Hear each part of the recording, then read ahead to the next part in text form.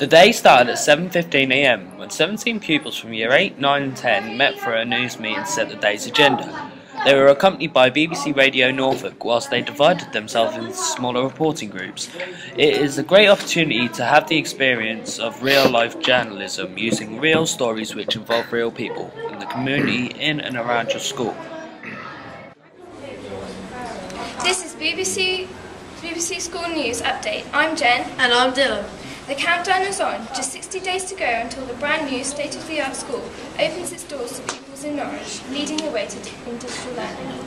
A journey to Auschwitz, how students from City Academy Norwich are remembering the Holocaust.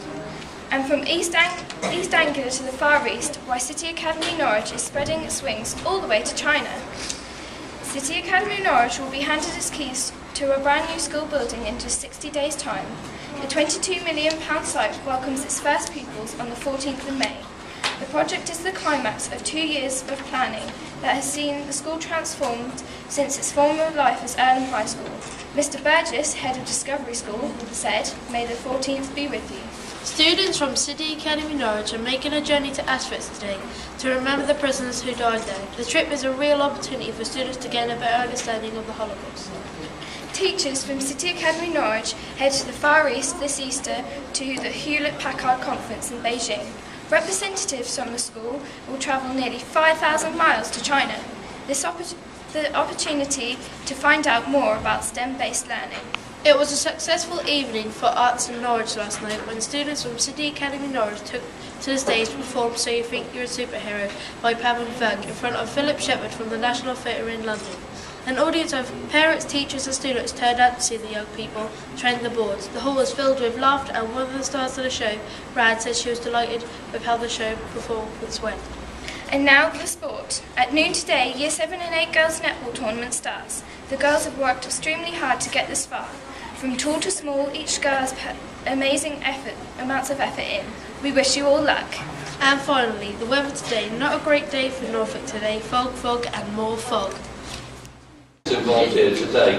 Mr. Youngman, just tell us, give us plans for the school report day today. Well, we actually started yesterday planning interviewing students going to Poland to Auschwitz, but this morning everybody's working on picking the stories for today. We've got a 4 p.m. deadline in which all of our stories need to be live on the BBC School website. And a couple of students in particular with an earlier deadline because they're going to be doing our 8:45 news headline. Yes, we're really excited about that. It's delighted, so you'll be getting the news live from Cannes later on this morning, so they're frantically preparing. You've got a good idea of how they're doing so far. We've got any real budding journalists already? I can tell you that narrowing it down to only 20 students to be involved in the school is a complete nightmare, and I've done a bit like a football manager. I refuse to pick out two Right. players. No, that's understandable. That's fair enough. I understand that. Courtney and Bethany are with us. Courtney, are you okay? Yeah. You look. You mustn't be nervous. Keep calm, right? Don't panic. How's it going for you? Okay. Yeah. What do you like in particular? Is it writing stories? Is it doing the detective work and researching a story? The detective work, like finding out what's been happening, looking into people's story and getting really good depth. Because I think that helps me as well to understand what's going on in reality. Yeah, that's good. And it's great with all the rest of them there. You're feeding off each other, aren't you? Yes, we're working together. Yeah. What have you been working on, Bethany?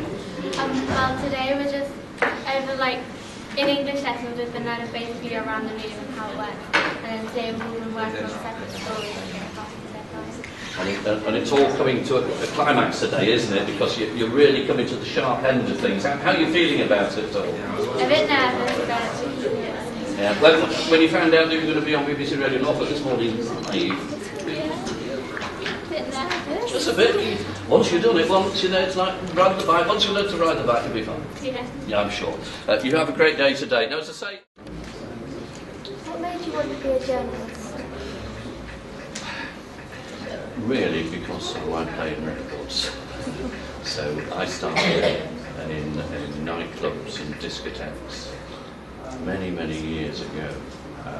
And then I drifted into hospital radio and broadcasting on stations because I was in the Air Force. We were doing that kind of thing.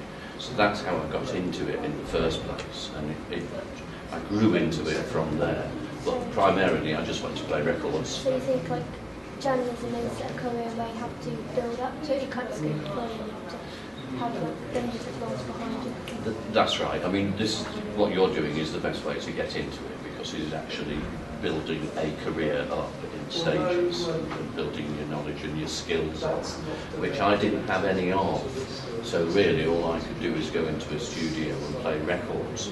But then I got the opportunity to go out doing reporting and things like that. So I did my training more or less on the job.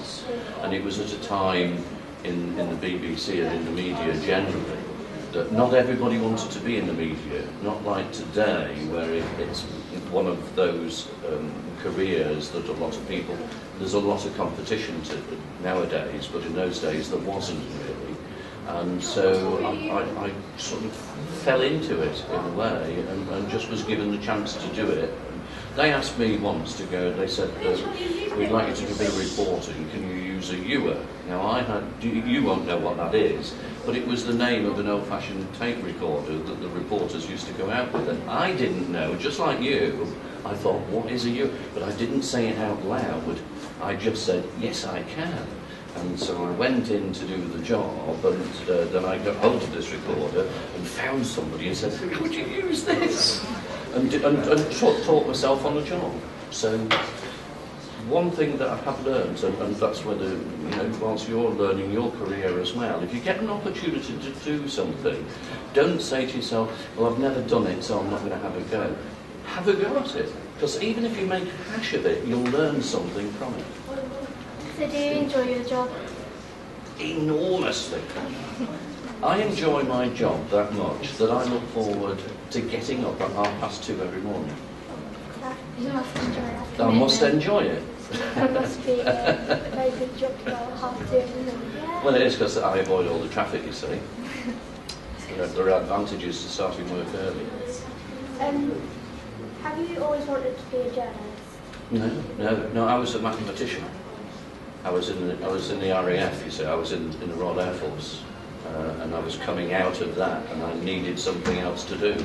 And because I'd been doing all the nightclubs and the hospital radio and stuff like that, I thought, well, radio would actually be nice to get into. And I came out at RAF Coltishall down the road here, just as the BBC were opening up the next generation of local radio stations. So I fell out of the RAF and into the BBC. Are there any perks to your job? Perks? Yeah.